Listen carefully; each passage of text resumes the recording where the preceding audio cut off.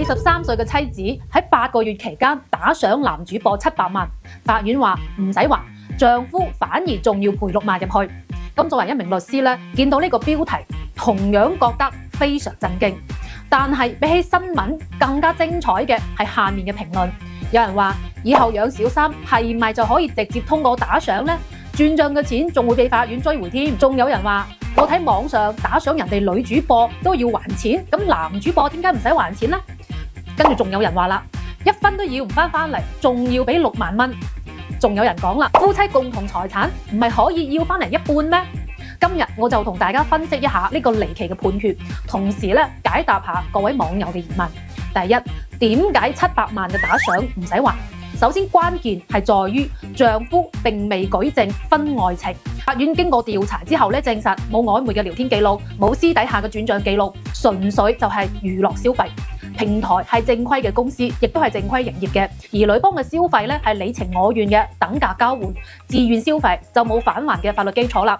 根據民法典嘅第153條，僅當民事法律行為違背公序良俗時，先至會無效。本案嘅打賞咧係屬於自願嘅娛樂消費，唔滿足返還嘅條件。咁第二，喺咩情況之下可以要翻呢一筆錢呢？婚外情實取，存在曖昧嘅聊天記錄㗎，私底下嘅轉賬，譬如俾對方轉520、1314等紅包嘅，咁法院就一定會判決返還啦。如果女方私底下加咗主播微信嘅，有曖昧嘅聊天記錄㗎，存在不正當嘅關係，平時仲向男主播私底下轉賬嘅，咁呢一種私底下嘅轉賬，法院先至有可能支持返還。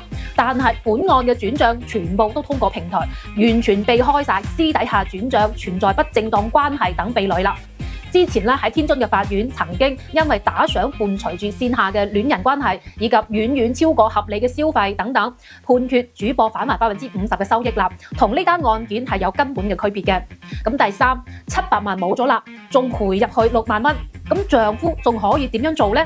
兩件事，第一，可以要求婚內分割財產，或者係離婚分割財產。根據司法解釋2嘅第6條，打賞超過家庭收入嘅算係揮霍，可以喺婚內要求分割夫妻共同財產，或者直接起訴離婚，令對方少分財產。第二，及實債務嘅情況，如果呢700萬當中有女方嘅借款，咁樣呢個借款喺法律上面咧係屬於個人嘅債務，唔需要丈夫共同償還嘅。至於賠償嗰6萬蚊係屬於法院嘅訴訟費，訴訟費咧一般係由原告墊付嘅，最終由敗訴方嚟承擔。按照訴訟費用交納辦法，700萬嘅標的對應嘅訴訟費用就係6萬蚊啦。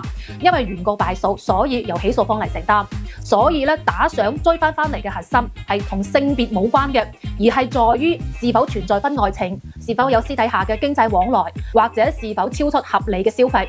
嗰啲想利用打賞轉移財產嘅網友，你嘅如意算盤可能打唔響啦。